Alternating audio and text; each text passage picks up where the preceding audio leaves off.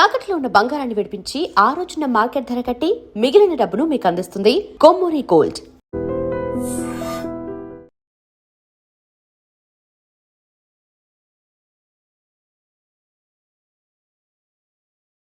తెనాల్లో 2 కేసులు ఉన్నాయి, మంచి కేసులు. మర్డర్ కేసు ఒకటి ఉంటుంది, ఒక కిడ్నాప్ పోక్సో కేసు. ఈ రెండిట్లో లీడ్స్ ఏం వచ్చాయి, ఏం నేర్చుకున్నారు? అంటే ఫస్ట్ నేను వెళ్ళిన 1 వీక్ మర్డర్ జరిగిందండి. నైట్ చంపేశారు, మార్నింగ్ వచ్చేసరికి ఆ వాకింగ్ చేసే వాళ్ళు చూస్తే తెలిసింది అక్కడ మర్డర్ జరిగిందని చెప్పేసి.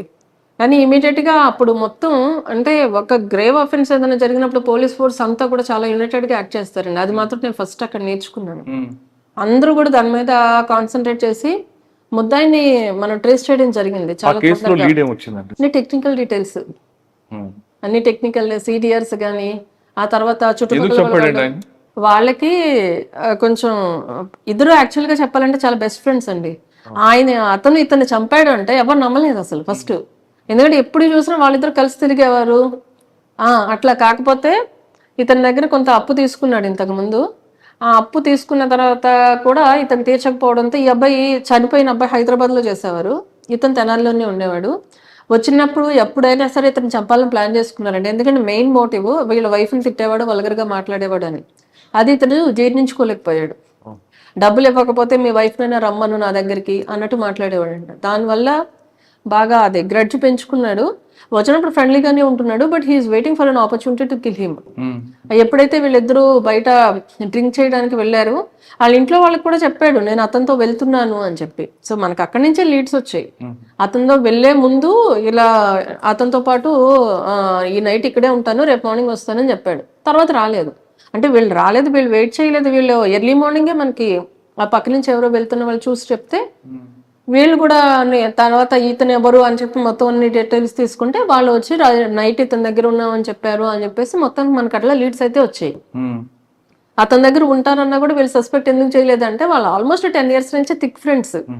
అలాంటి అతను ఈ అబ్బాయిని చంపుతాడని ఎవరు ఎక్స్పెక్ట్ చేయలేదు. సో అక్కడ మనకి అతన్ని ముద్దాయి దొరికిన తర్వాత అతను కన్ఫెస్ చేసినప్పుడు తెలిసింది మనకి అది ప్రీ ప్లాన్ మర్డర్. ముందు నుంచి వచ్చినప్పుడల్లా ఎప్పుడు ఛాన్స్ దొరికితే అప్పుడు చంపేద్దాం అన్నట్టుగా కత్తి కూడా 2 సంవత్సరాల క్రితం కొనుక్కుని అతను పెట్టుకుని ఉన్నాడు ఇంట్లో. ఎందుకంటే ఆ రోజు అంత ప్రోక్ ఏమైంది? ఇది కంటిన్యూస్ గా వాళ్ళ వైఫ్ ని అనడము, వాళ్ళ ఇంట్లో వాళ్ళ లేడీస్ ని తిట్టడంతో ఆయన జీర్ణించుకోలేకపోయాడు. అతను ముందే చంపుతాను ప్లాన్ చేసుకుని వెళ్ళాడండి. మళ్ళీ దీని మీద ప్రొవోకేట్ చేసేసరికి మళ్ళీ అతను ఆ టాపిక్ తెచ్చాడు. తేవంగానే అదే ఎక్స్క్యూజ్ చూపించి చంపేశాడు. బట్ ఆయన చెప్పకపోయినా కూడా చంపేవాడే. ఎందుకంటే ముందే ప్లాన్డ్ గా ఇంటికి వెళ్ళి డ్రెస్ చేంజ్ చేసుకుని కత్తి తీసుకుని వచ్చి వెళ్ళి చంపాడు. అదంతా ఆయన కన్ఫెషన్ లో తేలింది మనకి.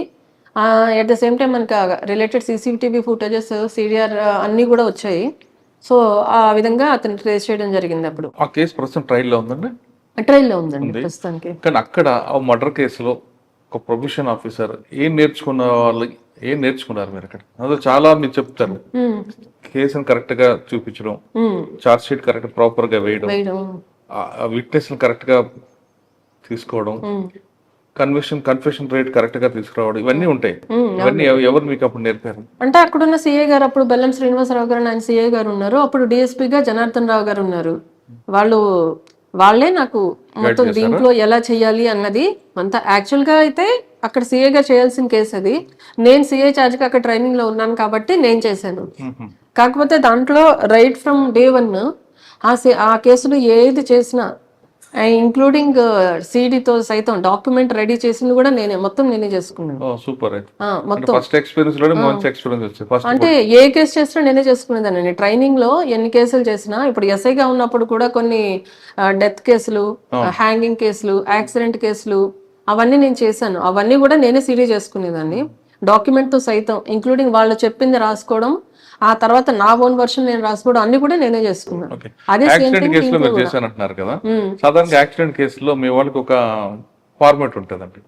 నిర్లక్ష్యంగా, నిర్లక్ష్యంగా, అతి వేగముగా, మద్యం సేవ, ఇదే కంటెస్ట్ ఎప్పుడు రాస్తుంటారు. మీరు అదే తీసుకొచ్చారా, లేదు దాన్ని ఏమైనా మాడిఫికేషన్ చేసుకొచ్చారు? అంటే అక్కడున్న ఎవిడెన్స్ ని బట్టి ఉంటుందండి మనకి. ఇప్పుడు నేను చేసిన యాక్సిడెంటల్ కేసులో మీరు చెప్పినట్టు రాంగ్ రూట్ లో వచ్చారు, ఫాస్ట్ గా వచ్చాడు, హార్న్ వేసినా కూడా పక్కకు జరగలేకపోయాడు కాబట్టి అలానే ఛార్జ్ చేస్తాము. బట్ ఎందుకంటే ఆ సెక్షన్ లో ఉన్న కంటెంట్స్ రావాలి కాబట్టి రాస్తారు, బట్ మోస్ట్లీ అవన్నీ కూడా కరెక్టే ఉంటాయి. సో నేను అక్కడ చేసుకునేది నాకు ఇక్కడ ఉపయోగపడింది. సో దీంట్లో రైట్ ఫ్రమ్ ఇంక్వెస్ట్ మొత్తం అన్ని కూడా నేనే రాసుకున్నాను, నేను చేత్తో కూడా రాశాను దాంట్లో. సో అదంతా కూడా నాకు ఎక్స్పీరియన్స్ చాలా బాగా పనికొచ్చింది. మర్డర్ కేసు తర్వాత ఇంకో కేసు ఉంది, ఇంకో కేసు పోక్సో కేసు. చెప్పండి. అది ఫస్ట్ అమ్మాయి మిస్సింగ్ కేసు ఇచ్చారు మనకి.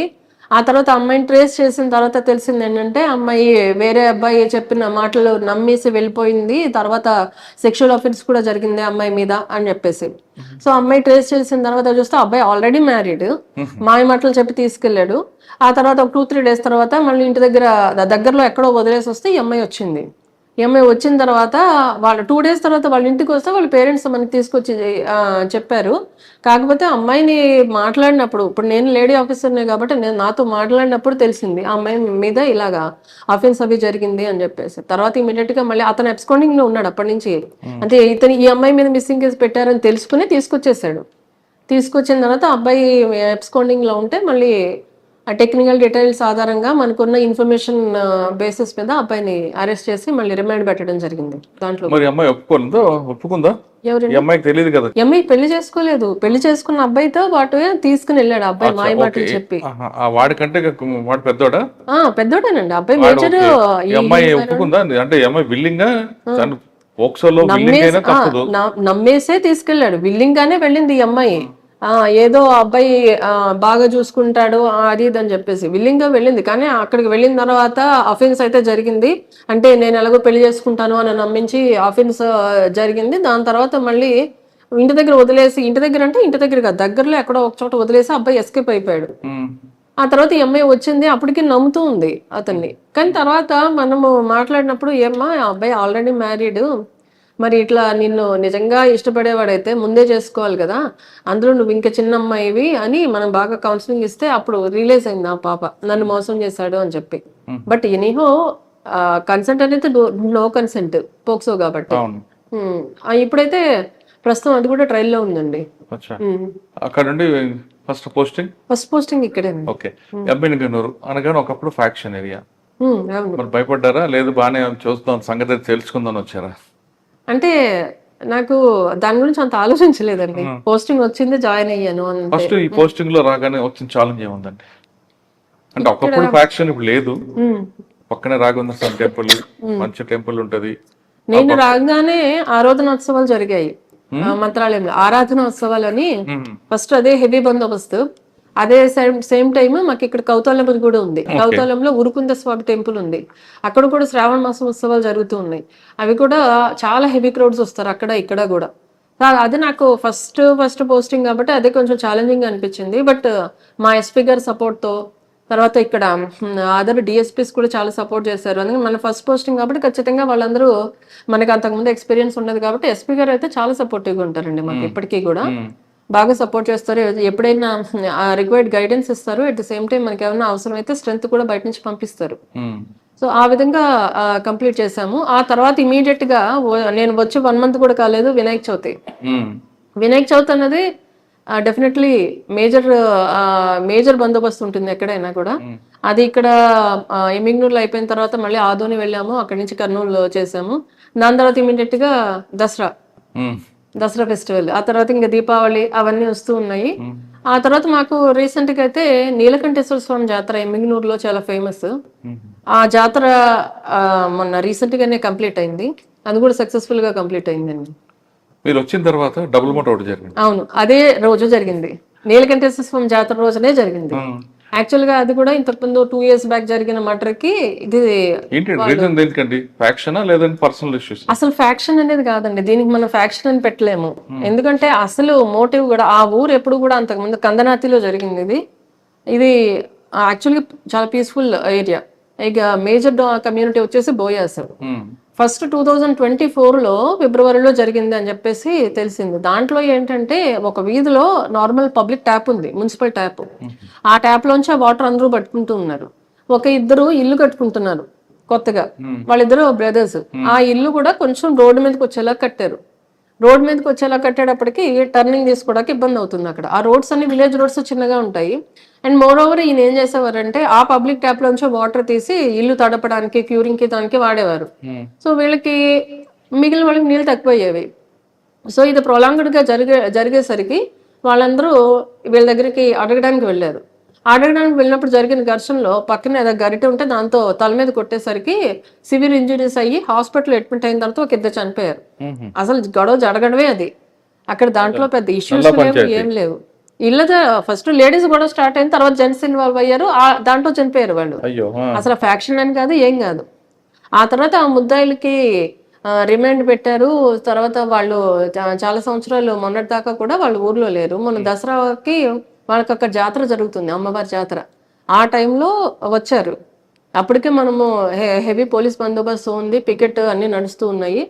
మొన్న ఆ రోజు వాళ్ళు పొలంకి వెళ్తూ ఉన్నప్పుడు ఎదురుగా ఈ వీళ్ళిద్దరు అపోనెంట్స్ ఎవరైతే ఉన్నారో, ఒకళ్ళు కంప్లైంట్, ఇంకొకటి అక్యూజ్డ్, ఏది 24 కేసులో. వాళ్ళు ఇప్పుడు వస్తున్నప్పుడు ఒకరికొకళ్ళు ఆటో ఎదురైతే నువ్వు తీయ అనే టైంలో ఇదిగో వీళ్ళు మనల్ని చంపేసి కూడా ఇంకా హై హ్యాండెడ్ గా ఉన్నారు, వాళ్ళు తగ్గట్లేదు అన్నట్టుగా గొడవ స్టార్ట్ అయింది వాళ్ళకి. గొడవ స్టార్ట్ అయ్యి వీళ్ళు మళ్ళీ మన మీదకి వస్తున్నారు, మళ్ళీ చంపుతారా ఏంటి అన్నట్టు అప్పటికప్పుడు ప్రొవోక్ అయిపోయి అప్పటికప్పుడు అందరూ అక్కడక్కడే వాళ్ళే కదా, అప్పటికప్పుడు అక్కడ ఉన్న వాళ్ళు ఏవే వెపన్స్ ఉంటే తీసుకొచ్చేసి అతన్ని అటాక్ చేస్తారు ఫస్ట్ పర్సన్ ని. కానీ అతను సంభవం ఎస్కేప్ అయ్యాడు. ఎస్కేప్ అయిన తర్వాత ఇంట్లో ఉన్న అతన్ని, పొలంలో ఉన్న అతన్ని వీళ్ళు వెళ్ళి చంపారు. 2024 నల్లా పంచాయతీ అంతే. అప్పుడు చంపారు కదా, ఇప్పుడు కూడా మా మీద ఇంత హై హ్యాండెడ్ గా ఉన్నారు వీళ్ళు అని. ఈ ట్రాక్టర్స్ అది ఎదురుబదురుగా వచ్చినప్పుడు జరిగిన ఇష్యూ అది. అది ముందు ప్రీ ప్లాన్డ్ కాదు, ఏం కాదు. అది జస్ట్ అప్పుడు ఆ సడన్ ప్రొవకేషన్ లో వాళ్ళు వచ్చి అంటే అప్పుడు అలాగే చంపేశారు, ఇప్పుడు కూడా మమ్మల్ని అలాగే చంపుతారా ఏంటి, ఎప్పుడు కూడా మేము ఇలా లూజింగ్ ఎండ్ లోనే ఉన్నాము అని చెప్పి. అది కూడా కరెక్ట్ గా ఇప్పుడున్న ఎక్యూజ్డ్ ఇళ్ళ దగ్గర జరిగింది. సో ఇమీడియట్ గా గ్యాదర్ అయిపోయారు వాళ్ళు. ఇమీడియట్ గా గ్యాదర్ అయిపోయి వాళ్ళ అంటే అందరూ కూడా ఫార్మర్సే కదా, అక్కడ అగ్రికల్చర్ ఇంప్లిమెంట్స్ ఉంటాయి కదండి, అవి తీసుకుని వచ్చేసారు. అవి తీసుకుని వచ్చి దాంతో అటాక్ చేశారు. ఇప్పుడు అంటే ఫ్యాక్షన్ అంటే ఒకప్పుడు విలేజ్ లో డామినేషన్ కోసము దానికోసం చేశారు. 24లో జస్ట్ ఈ పంచాయతీ జరిగింది. ఇప్పుడు వీళ్ళు మళ్ళీ మమ్మల్ని చంపుతారా అన్న ఉద్దేశంలో పట్టుకుని వచ్చేసి కొట్టేసుకున్నారు. దొరికారండి. Within 3 days. మనం 5th జరిగితే 8th కల్లా మనం వాళ్ళని అరెస్ట్ చేసి రిమాండ్ పెట్టాము. 12 మందిని అప్పుడు పెట్టాము. ఇంకొక 2-3 days లో మిగిలిన ఇంకో 13 మంది, టోటల్ 25 members ని రిమాండ్ పెట్టాము. మీరు ఎమ్మెల్యే గారు చార్జ్ తీసుకున్న తర్వాత మీ సబ్ డివిజన్ లో ఒక పోలీస్ స్టేషన్ కి ది బెస్ట్ పోలీస్ అవార్డు వచ్చింది. అవునండి. అది ఎందుకు వచ్చింది, ఎలా వచ్చింది? పెదకడ్పూర్ పోలీస్ స్టేషన్ లో ఈ జస్ట్ ఈ మర్డర్ జరిగిన ఒక 3-4 days లోనే వచ్చింది. కాకపోతే కాకపోతే దానికి అదే అవార్డు అయితే అప్పుడు వచ్చిందండి. దాని ప్రాసెస్ ఎప్పటి నుంచో స్టార్ట్ అయింది.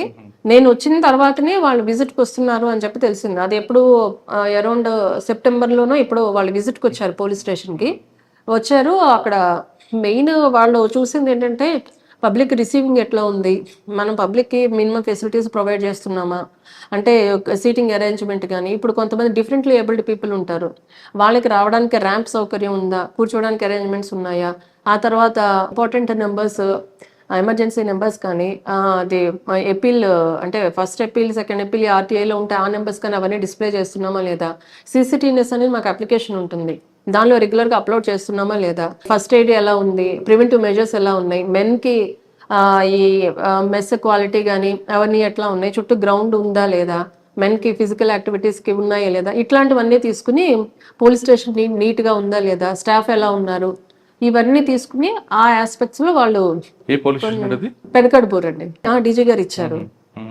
ఎప్పుడు అరౌండ్ జనవరి 10th, 11th, 9th ఎప్పుడు మేము వెళ్ళి విజయవాడకి వెళ్తే మా ఎస్పీ గారికి మాకు అందరికి కూడా డీజీపీ గారు అవార్డు ఇవ్వడం జరిగింది, సర్టిఫికెట్ ఇచ్చారు. ఓకే, ఈ రెండు కాకుండా ఎమ్మెల్యే గారిలో మీ మార్క్ ఏముందండి? ఇంకా మార్క్ అంటే జనాలు ప్రజలను అడిగితే తెలుస్తుందండి. నేను వచ్చిన తర్వాత విజువల్ పోలీసింగ్ ప్రయత్నిస్తారా, టెక్నాలజీ పోలీసింగ్ ప్రయత్నిస్తారా? అంటే రెండు ఉంటాయండి కంపల్సరీ. ఎందుకంటే ఇక్కడ మనము గుంటూరు అటు సైడ్ ఏరియాస్ చూసుకుంటే కొంచెం డెవలప్డ్ అండి.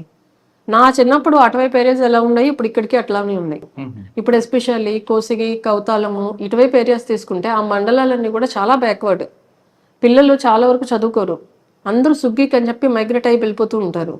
ఇక్కడ వాళ్ళకి లైవ్లీహుడ్ ఫెసిలిటీస్ అట్లానే ఉన్నాయి. అంటే ఆల్మోస్ట్ రెయిన్ ఫెడ్ క్రాప్సే, ఆ క్రాప్ ఉన్నప్పుడు మాత్రం ఇక్కడ ఉంటారు. అది అయిపోయిన తర్వాత క్రాప్ ఈల్డ్ అయిపోయిన తర్వాత మెజారిటీ ఆఫ్ ద క్రాప్ పత్తి ఉంటుంది.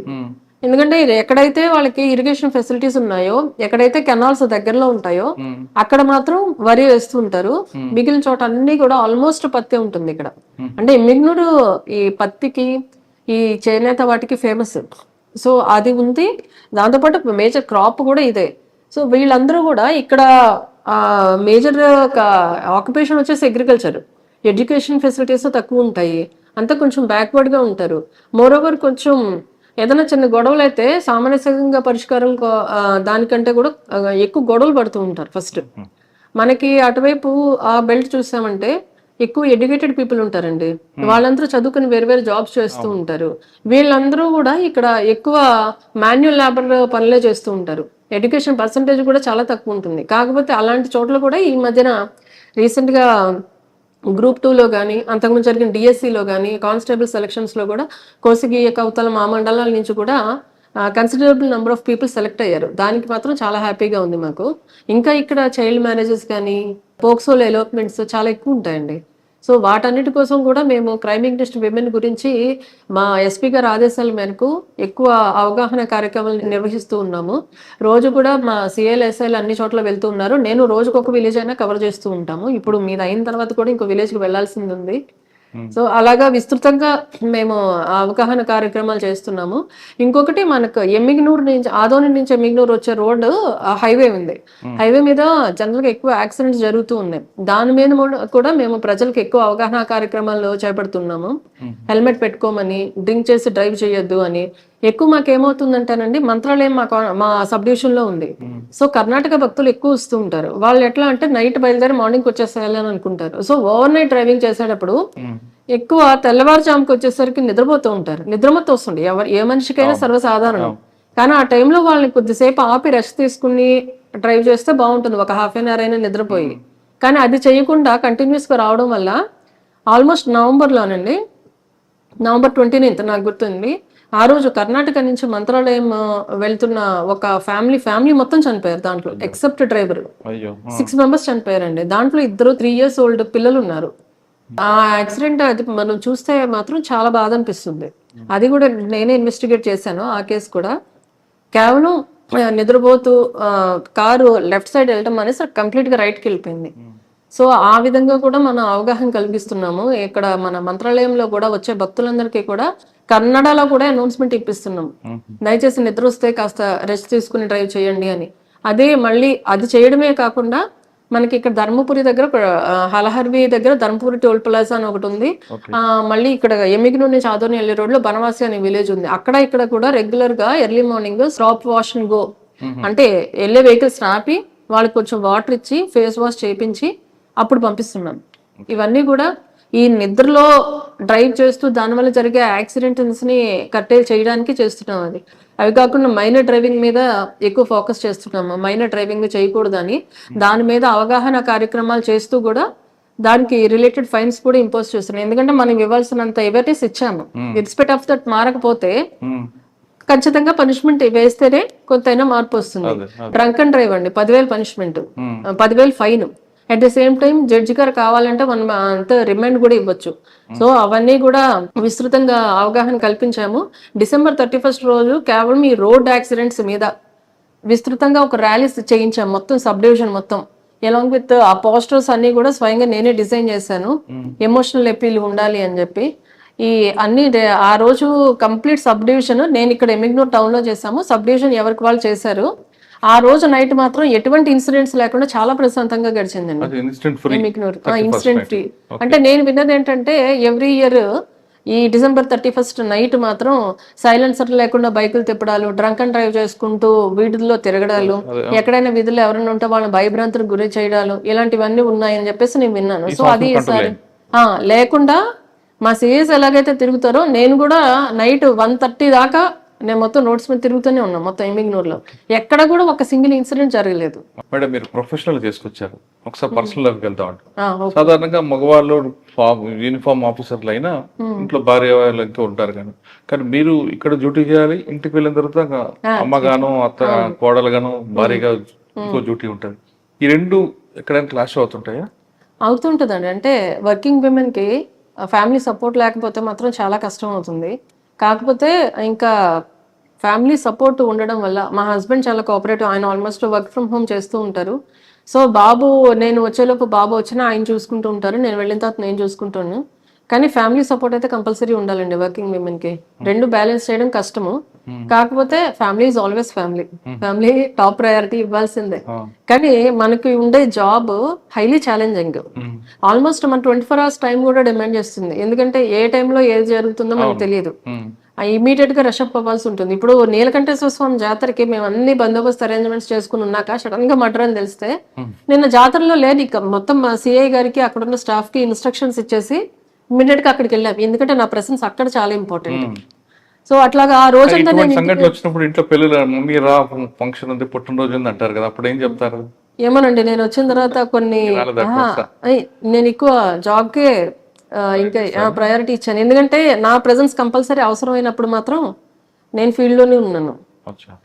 ఇక్కడ కొన్ని ఇంపార్టెంట్ అకేషన్స్ జరిగినప్పుడు కూడా మొన్న సంక్రాంతి మాకు చాలా బాగా చేస్తారు. బట్ ఆ టైంలో నాకు ఇక్కడ ఇంపార్టెంట్ డ్యూటీస్ ఉండడం, కేసెస్ ఉండడంతో మా ఫ్యామిలీ మా పేరెంట్స్ వచ్చినా కూడా నేను ఎక్కువ టైం వాళ్ళతో స్పెండ్ చేయలేకపోయాను. తప్పదండి మాకు ఇంకా. ఇంకా ప్రజెంట్ సైబర్ క్రైమ్ అంటే సైబర్ క్రైమ్ కేసు అయిన తర్వాత మీరు ఇన్వెస్టిగేట్ చేయడం కాకుండా అసలు ముందు ప్రజలను అవగాహన తీసుకురావడానికి ఏపీ పోలీసులు ఎక్కువ ప్రయత్నిస్తున్నారు. అవునండి. మీరేం చేస్తున్నారండి? మేము ఏం చెప్తారు మీరు? రెగ్యులర్ గా ఇప్పుడు ఏదైతే అవేర్నెస్ ప్రోగ్రామ్స్ పెడుతున్నామో అన్ని ప్రోగ్రామ్స్ లో కూడా కంపల్సరీ సైబర్ క్రైమ్ అవేర్నెస్ ఖచ్చితంగా సైబర్ క్రైమ్ వస్తుంటాయండి. సైబర్ క్రైమ్ అనేది అదే చెప్తున్నా కదా, దానికి ఏ పరిధితో సంబంధం లేదు, లిమిట్స్ లేవు. ఎక్కడి నుంచైనా ఎప్పుడైనా సైబర్ క్రైమ్ బాధితులు అవ్వచ్చు.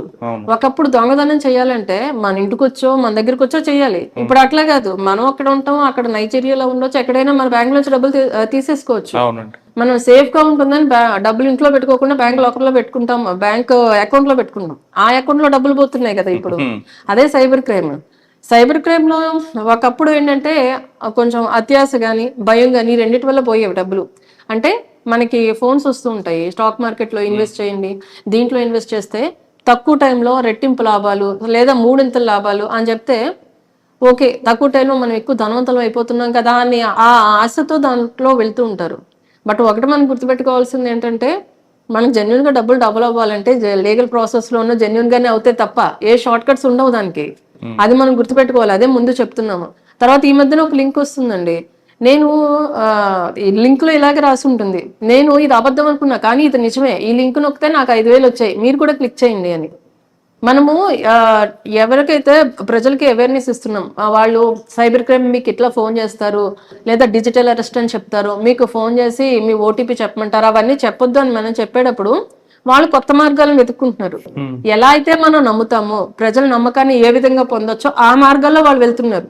సో ఇట్లా సైబర్ క్రైమ్ అనేది ఒకదానికి పరిమితం అవ్వకుండా రోజు రోజుకి రూపాంతరం చెందుతుంది. సో అన్నిట్లో మనం అవేర్నెస్ ఇస్తూ ఉన్నాము, ప్రజలు కూడా అప్రమత్తంగా ఉండాలని చెప్తున్నాం. ఎక్కువగా ఓటీపీస్ చెప్పడం కానీ, మన మొబైల్ కానీ, మన ఈ బ్యాంకింగ్ పాస్వర్డ్స్ చెప్పడం కానీ అవి ఎవరికి చేయొద్దు అని చెప్తున్నాం.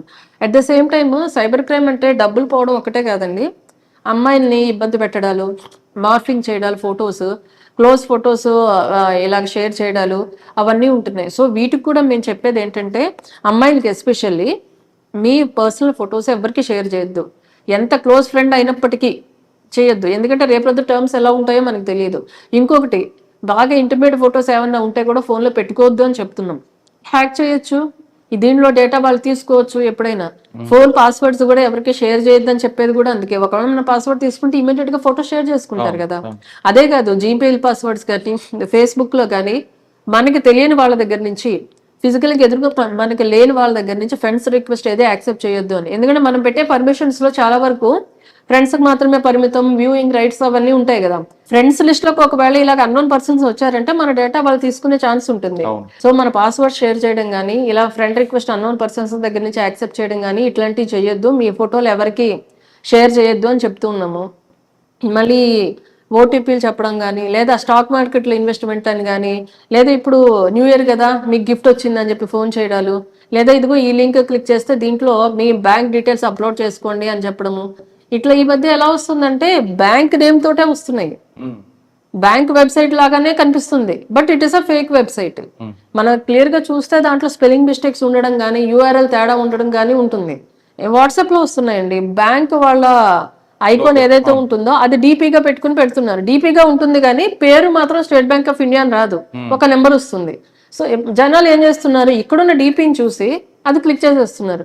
లేదా ఆర్టీఐ చలాన్స్ అని చెప్పి ఏపీకే ఫైల్స్ వస్తున్నాయి, అది క్లిక్ చేయగానే ఇమీడియట్ గా సైబర్ క్రైమ్ గురవుతున్నారు. సో వీటన్నిటి మీద విస్తృతమైన అవగాహన కార్యక్రమాలు కలెక్ట్ చేస్తున్నాము మా ఎస్పీ గారి ఆదేశాల మేరకు. ఇన్స్పైట్ ఆఫ్ దట్ ఇంకా కొంతమంది బాధితులు అవుతూ ఉన్నారు, కానీ దీంట్లో ఏంటంటే ఎక్కువ చదువుకున్న వాళ్ళే బాధితులు అవుతారండి, ఎక్కువగా వాళ్ళే బాధితులు అవుతున్నారు సైబర్ క్రైమ్ కి. సో వాళ్ళకి కూడా మనం ఇంకా అవేర్నెస్ క్రియేట్ చేస్తున్నాము. వాళ్ళు ఏంటంటే స్టార్టింగ్ లో వాళ్ళు రియలైజ్ అవ్వట్లేదు, ఒక కొంత పీరియడ్ ఆఫ్ టైం ట్రావెల్ చేసిన తర్వాత వాళ్ళు రియలైజ్ అవుతున్నారు దట్ వాళ్ళు కూడా విక్టిమ్స్ అయిపోయారు అని. పెద్ద పెద్ద డాక్టర్స్ ఉంటున్నారు దీంట్లో, సాఫ్ట్వేర్ ప్రొఫెషనల్స్ ఉంటున్నారు, వాళ్ళు కూడా చిన్న చిన్న అమౌంట్లు కాదు, ఆల్మోస్ట్ క్రోర్స్ లో లాస్ అవుతున్నారు. చేస్తూ ఉన్నాము, బట్ వాళ్ళలో కూడా ఇంకా అవేర్నెస్ వచ్చి వాళ్ళగా ముందు అలర్ట్ అవ్వాలి. ఫైనల్ గా చెప్పండి మేడం, డిపార్ట్మెంట్ లోకి వచ్చే అమ్మాయిలకి మీరు ఇచ్చే మెసేజ్ ఏంటి? డిపార్ట్మెంట్ లోకి ఏదో మనకి అది చేయలేము అని అనుకోవద్దండి, ఏదైనా కూడా మన యాటిట్యూడ్ని బట్టే ఉంటుంది. ఛాలెంజెస్ డెఫినెట్ గా ఉంటాయి, ఎందుకంటే ఫిజికల్ గా కూడా హార్డ్ గా ఉంటుంది, మెంటల్ గా కూడా మనం స్ట్రాంగ్ గా ఉండాల్సిందే. నేను చాలా సెన్సిటివ్ ఎట్ హార్ట్, బోత్ నేను ఫిజికల్ గా సెన్సిటివ్, మెంటల్ గా సెన్సిటివ్ అని నేను అనుకునేదాన్ని. బట్ సిచ్యువేషన్ అలా నన్ను తయారు చేసిందో, లేదా నాలో ఉన్న పొటెన్షియల్ నేను తర్వాత రియలైజ్ అయ్యానో, but I'm able to withstand. మన సిచ్యువేషన్ కి అడాప్ట్ అయితే, but at the same time మనం ఎక్కడా కూడా రాంగ్ రూట్ లో వెళ్లాల్సిన అవసరం లేదు. మన మీద మనకు నమ్మకం ఉండాలి, నాలెడ్జ్ ఉండాలండి. At the same time training period లో కానీ ఏదైనా మన లా మీద ఏదైతే అవగాహన ఉందో అది రావాలి ఫస్ట్. అది వస్తేనే మనం ఎక్కడైనా సర్వైవ్ కాగలం. నాలెడ్జ్ ఇస్ పవర్, అంతే. నాలెడ్జ్ ఉండాలి, మన మీద మన కాన్ఫిడెన్స్ ఉండాలి, ధైర్యంగా ముందడుగు వేయాలి, ఏది ఇంపాసిబుల్ అయితే కాదు. పోలీస్ డిపార్ట్మెంట్ అమ్మాయిలకి ది బెస్ట్ ప్లాట్ఫామ్ అంటున్నారు భార్గవ్ గారు. ఇక్కడికి వచ్చిన తర్వాత ఇది ఛాలెంజ్ జాబ్ కాబట్టి ఎస్కేప్ అవ్వడానికి అవకాశం లేకుండా ఒక నాలెడ్జ్ని కానీ మనం ఇంప్రూవ్ చేసుకుంటే ఖచ్చితంగా ఇది మంచి ఆపర్చునిటీ. ఇందులో పనిచేస్తే పబ్లిక్ నుండి మంచి పేరు వస్తుంది, మనకే కాదు మన కుటుంబాలకు కూడా ఈ పేరు వెళ్తుంది అంటూ భార్గవ్ గారు చెప్తున్నారు. ఆవిడ దగ్గర మనం నేర్చుకోవాల్సింది, ప్రతి మహిళ కూడా నేను పిల్లల కన్నాను, నాకు బాడీ సహకరించదు, ఇంకా నా జీవితం వంటగదికి పరిమితం అనే భావించే మహిళలందరూ కూడా ఈవిడ ఇంటర్వ్యూ ఖచ్చితంగా చూడండి. 2 పిల్లల కన్నా తర్వాత కూడా ఆవిడ పోలీస్ ట్రైనింగ్ తీసుకొని ది బెస్ట్ పోలీస్ ఆఫీసర్ అయ్యారంటే ఆవిడకున్న కాన్ఫిడెన్స్ లెవెల్స్ ఎంత లెవెల్ ఉన్నాయనేది మీరు అర్థం చేసుకోవాలి. ప్రతి మహిళకి కూడా ఫిజికల్ కన్నా మెంటల్ స్ట్రెంగ్త్ ఎక్కువ స్ట్రెంగ్త్ ఉంటుంది. భార్గవ్ గారికి మాత్రం మెంటల్ స్ట్రెంగ్త్తో పాటు ఫిజికల్ స్ట్రెంగ్త్ కూడా పెరిగింది. దానికి కారణం అనంతపూర్లో ఒక పోలీస్ అకాడమీ యొక్క ఆఫీసర్ ట్రైనింగ్ అంటున్నారు భార్గవ్ గారు. ఖచ్చితంగా మీరందరూ కూడా అసలు మహిళలకే మెంటల్ టెన్షన్ అనుకుంటారు, మెంటల్ టెన్షన్ కాదు, మెంటల్గా స్ట్రాంగ్ ఉంటారు మీరు. మీ మెంటల్ స్ట్రాంగ్ ముందు ఫిజికల్ స్ట్రాంగ్ అనేది జీరో. కాబట్టి మీరు అందరూ డిపార్ట్మెంట్ రండి, పోలీస్ డిపార్ట్మెంట్కి వచ్చి. ఇప్పుడు మగవారికి కాదు, పోలీస్ డిపార్ట్మెంట్లో మహిళలకు కూడా సమాన హక్కులు ఉన్నాయి కాబట్టి తప్పకుండా మీరు రండి అంటూ భార్గవ్ గారు చెప్తున్నారు. ఇది వారం భార్గవ్ గారితో ఎక్సలెంట్ అంటారు. వచ్చే వారం మరో గెస్ట్తో మళ్ళీ కలుద్దాం. అంతవరకు నమస్తే. Thank you madam. Thank you.